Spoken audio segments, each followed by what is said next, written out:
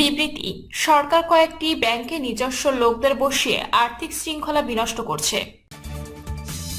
পাটোয়ারিকে বাঁচাতে এগিয়ে আসেনি জামায়াত, এমপি ও শিবির সভাপতি, বলছে রাশেদ খান। কালিয়াকৈরে ট্রাক পিকআপ বাসের ত্রিমুখী সংঘর্ষ, চালক নিহত। এবং সর্বশেষ জানাবো, ইয়াবা আসক্ত ছিলেন রামিসার হত্যাকারী সোহেল।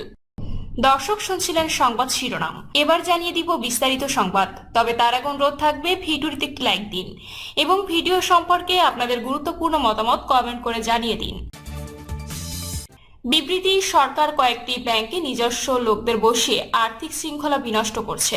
জামাত ইসলামী সেক্রেটারি জেনারেল মিয়া গোলাম পরোয়ার বলেছেন, ইসলামী ধারার 5টি ব্যাংকের সমন্বয়ে গঠিত সম্মিলিত ইসলামী ব্যাংকের যে কার্যক্রম শুরু হয়েছিল গভর্নরের অযোগ্যতা ও সরকারের অযাচিত হস্তক্ষেপে তাও মুখ থুবড়ে পড়েছে। আমানতকারীরা সর্বস্ব হারিয়ে হাহাকার করছেন। তিনি বলেন, সরকার এসব সংকট নিরসন না করে কয়েকটি ব্যাংকে নিজস্ব লোকদের বসিয়ে আর্থিক শৃঙ্খলা বিনষ্ট করছে এবং গ্রাহকদের মধ্যে অবিশ্বাস অস্থিরতা সৃষ্টি করে আর্থিক খাতকে আরো সংকটাপন্ন করে তুলছে, যা কোনো দায়িত্বশীল সরকারের কাজ হতে পারে না। বিবৃতিতে তিনি বলেন, দেশের অর্থনীতির অন্যতম মূল চালিকা শক্তি হলো ব্যাংকিং সেক্টর। অর্থনীতির অগ্রগতির জন্য সুষ্ঠু ব্যাংক ব্যবস্থার গুরুত্ব অপরিসীম, কিন্তু ফ্যাসিস্ট আমলে লুটপাট হয়ে যাওয়া ব্যাংক ব্যবস্থা পুনর্গঠনের দিকে নজর না দিয়ে সরকার তার নিজস্ব এজেন্ডা বাস্তবায়নে তৎপর রয়েছে। বর্তমানে দেশে অধিকাংশ ব্যাংক কঠিন সংকটের মধ্য দিয়ে যাচ্ছে। ইতিমধ্যে কয়েকটি শরিয়া ভিত্তিক ব্যাংক রেজুলেশন আইনের আওতায় সমন্বিত করেও ব্যাংক গ্রাহকদের টাকা ফেরত দিতে রাজস্ব পারছে না। অনেক ব্যাংকে ডিভিডেন্ড দিতে ব্যর্থ হচ্ছে এবং চরম তারল্য সংকটে ভুগছে। তাছাড়া ব্যাংকগুলোতে খেলাপি ঋণ দিন দিন বৃদ্ধি পাচ্ছে, যা সামগ্রিক অর্থনীতির উপর মহা দুর্যোগ সৃষ্টি করছে। মিয়া গোলাম পরোয়ার বলেন, আমরা অত্যন্ত উদ্বেগের সঙ্গে লক্ষ্য করছি দেশে রেমিট্যান্স আহরণে আমদানি রপ্তানি ও শিল্প বাণিজ্যে দীর্ঘস্থায়ী ব্যাংক ইসলামী ব্যাংক বাংলাদেশ পিএলসি নিয়েও চলছে বহুবিধ ষড়যন্ত্র। বৈধ এমডিকে জোরপূর্বক পদচ্যুত করতে বাধ্য করা হচ্ছে। আমি একটি প্রাইভেট ব্যাংকে এমডি অপসারণের সরাসরি হস্তক্ষেপের নিন্দা জানাচ্ছি। পাটোয়ারিকে বাঁচাতে এগিয়ে আসেনি জামায়াত, এমপি ও শিবির সভাপতি, বলছে রাশেদ খান। বিএনপি নেতা রাশেদ খান এক ফেসবুক পোস্টে অভিযোগ করেছেন, ঝিনাইদহে নাসরুদ্দিন পাটোয়ারি বিপদে পড়লে জামাত ইসলামের এমপি ও ছাত্র শিবিরের সভাপতি কেউ এগিয়ে আসেনি। রাশেদ খান জানান, ঝিনাইদহ 2 সদর আসনের বর্তমান সংসদ সদস্য জামাত ইসলামী আলী আজম, মোহাম্মদ আবু বকর, শিবির সভাপতি নুরুল ইসলাম সাদ্দামরা নাসরুদ্দিন পাটোয়ারিকে উদ্ধারের ন্যূনতম উদ্যোগ নেননি। পোস্টে তিনি লেখেন, ঝিনাইদহ 2 সদর আসনের বর্তমান সংসদ সদস্য হলেন জামাত ইসলামের আলী আজম, মোহাম্মদ আবু বকর।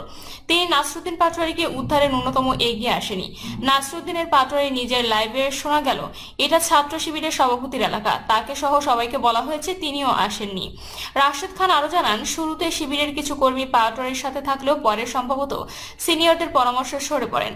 ঘটনার সময় এনসিপি নেতা তারেক রেজার কিছু সহযোগী ও এনসিপির অল্প সংখ্যক নেতাকর্মী উপস্থিত ছিলেন।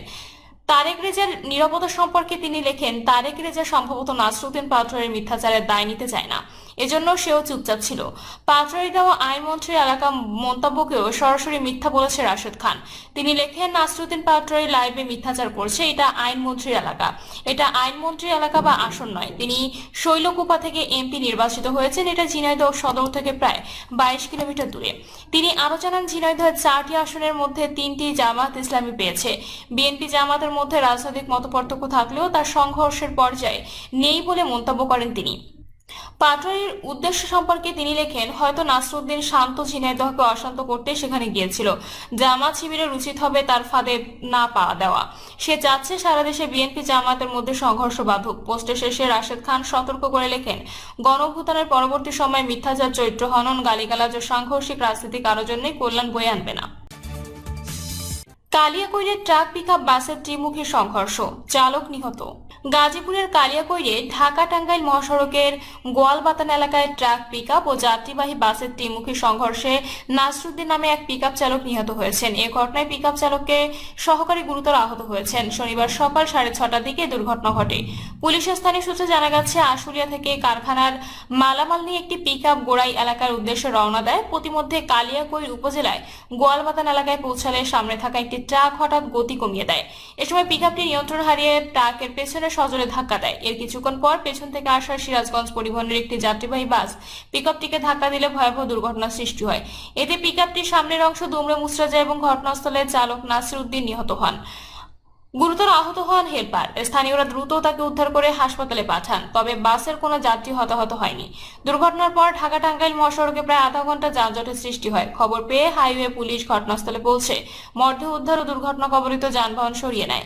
পরে মহাসড়কে যান চলাচল স্বাভাবিক হয়। নাওজোর হাইওয়ে থানার ভারপ্রাপ্ত কর্মকর্তা শওকাতুল আলম বিষয়টি নিশ্চিত করে জানান, এই বিষয়ে আইনগত ব্যবস্থা প্রক্রিয়াধীন। ইয়াবা আসক্ত ছিলেন রামিসার হত্যাকারী সোহেল। গত 19 মে সকালে রাজধানীর পপুলার মডেল হাই স্কুলের 2য় শ্রেণীর ফার্স্ট গার্ল রামিসা আক্তারকে ধর্ষণের পর হত্যা করা হয়। প্লে থেকে 2য় শ্রেণী পর্যন্ত ওই স্কুলের পড়ালেখা করেছিল সে। মেয়ের স্কুলে যাওয়ার সুবিধার কথা ভেবে রামিসার বাবা মা স্কুলের পাশের একটি ফ্ল্যাটে বসবাস শুরু করেছিলেন। ছোটবেলা থেকে বাবা মা ও খেলার সাথীদের সঙ্গে সেখানে বেড়ে উঠেছিল রামিসা। রামিসাদের পাশের ফ্ল্যাটের প্রতিবেশী আখি পরিবার নিয়ে সাবলেট থাকেন। তিনি জানান, হত্যাকারী সোহেল রানার স্ত্রীর নাম স্বপ্না। মাঝে মাঝে স্বপ্না তাদের ফ্ল্যাটের ফ্রিজে মাছ রাখতে আসতেন এবং বলতেন তার স্বামী তাকে নির্যাতন করেন। স্বপ্না ভবনের প্রতিটি ফ্ল্যাটের ফ্রিজে মাছ রাখার প্রয়োজনে যাতায়াত করতেন। রামিসার হত্যাকারী সোহেল রানাকে ঢাকায় চাকরি ও বাসার ব্যবস্থা করে দেন ওই ভবনের ভাড়াটিয়া সাদ্দাম। সাদ্দামের স্ত্রী সীমা পাটোয়ারির মেয়ে হলেও তার শ্বশুর বাড়ি নাটোর জেলার সিংড়া থানার মহেশচন্দ্রপুর গ্রামে। তবে গত 15 বছর ধরে তিনি স্বামী সন্তান নিয়ে ঢাকায় বসবাস করছেন।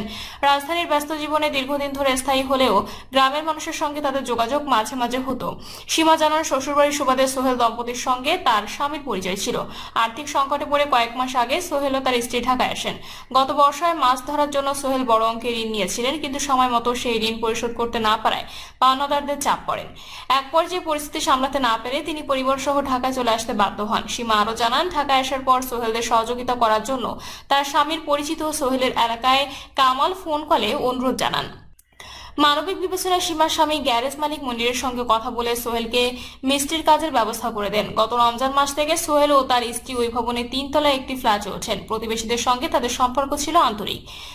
স্থানীয়রা জানান, সোহেল দিনের বেশিরভাগ সময় কাজে ব্যস্ত থাকলেও তার স্ত্রী প্রায়ই সীমাদের বাসায় যেতেন, কখনো ফ্রিজে মাছ রাখতে, কখনো আদা রসুন বাটতে হয় সহায়তা নিতে।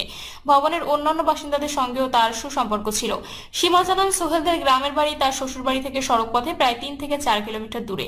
2008 সাল থেকে ঢাকায় বসবাসকারী সাজ্জাদ হাসান সোহেলকে তিনি গ্রামের মানুষ হিসেবে চিনতেন, তবে তাদের মধ্যে খুব বেশি যোগাযোগ ছিল না। একই এলাকায় পরিচিত হওয়ায় মানবিক দিক বিবেচনা করে তিনি সোহেল ও তার স্ত্রীকে ঢাকায় চাকরি ও বাসা পেতে করেছিলেন। সাজ্জাদ আরো জানান, ঢাকায় আসার পর এলাকায় কামাল কাকা তাদের সহযোগিতা করতে অনুরোধ জানান। এলাকায় মানুষের প্রতি দায়বদ্ধতা থেকে তিনি সোহেলের থাকা ও কাজের ব্যবস্থা করেন। রহমত ক্যাম্প এলাকায় একটি রুম এবং নিজের বাসার নিচে থাকা মনির ভাইয়ের গ্যারেজে মেকানিকের কাজও পাইয়ে দেন। শুরুতে সবকিছু স্বাভাবিক থাকলেও কিছুদিন পর থেকে সমস্যা দেখা দেয়। সোহেল নিয়মিত কাজে যেতেন না এবং কাজে অবহেলা করতেন। এই কারণে গ্যারেজ মালিক মনির ভাই প্রায় এসে অভিযোগ করতেন। পরে জানা যায় সোহেল ইয়াবা আসক্ত। এ তথ্য জানার পর সোহেলের দায়িত্ব থেকে নিজেকে সরিয়ে নেওয়ার সিদ্ধান্ত নেন সাজ্জাদ। তিনি বাড়িওয়ালাকে বিষয়টি জানিয়ে সোহেলকে সাবলেট বাসা থেকে সরিয়ে দেওয়ার ব্যবস্থা করেন এবং গ্যারেজ মালিক মনির ভাইকে স্পষ্টভাবে জানিয়ে দেন যে ভবিষ্যতে সোহেলের কোনো দায় দায়িত্ব তিনি আর নেবেন না।